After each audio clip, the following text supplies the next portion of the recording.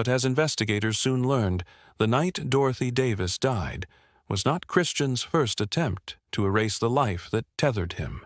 As investigators dug deeper into Christian Davis's past, a chilling pattern began to emerge, one that suggested the death of Dorothy Davis had been years in the making. Buried beneath the surface of their marriage was a forgotten tragedy, a fire that had once reduced their first home to charred ruins. It had happened 4 years earlier, in 1987. At the time, Dorothy had been 6 months pregnant with their second child. In the dark hours before dawn, their mobile home had erupted in flames. Dorothy, startled awake by the heat and the acrid smell of smoke, stumbled through the blackness, calling out for her husband and their 2-year-old daughter. But Christian was already gone, having left minutes earlier with the child, claiming she had been restless and needed a drive to fall asleep. The fire had been ruled accidental, the probable cause an old television set. No one had questioned the convenience of Christian's timely absence.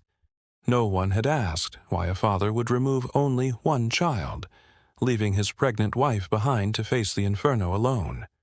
In hindsight, the fire no longer appeared as an unfortunate accident, but as the first failed attempt to sever the ties of marriage without the complications of divorce.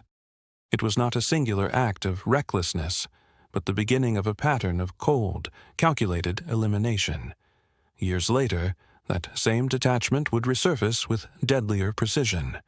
After Dorothy's death, the authorities re-examined every piece of evidence, every oversight.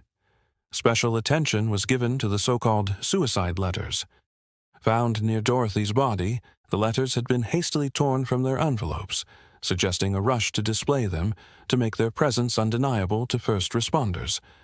Under forensic scrutiny, the edges of the envelopes revealed traces of saliva. DNA testing, in its infancy at the time but rapidly advancing, provided a damning answer. The genetic material did not belong to Dorothy Davis. It belonged to Christian Davis. The weight of the evidence collapsed any remaining doubt. Christian had prepared the scene, torn open the letters to appear as if they had been urgently read, and in doing so, left behind an irrefutable trace of himself at the heart of his wife's staged suicide. Christian Davis was arrested and charged with first-degree murder, not only for Dorothy's death but also with attempted murder for the earlier fire.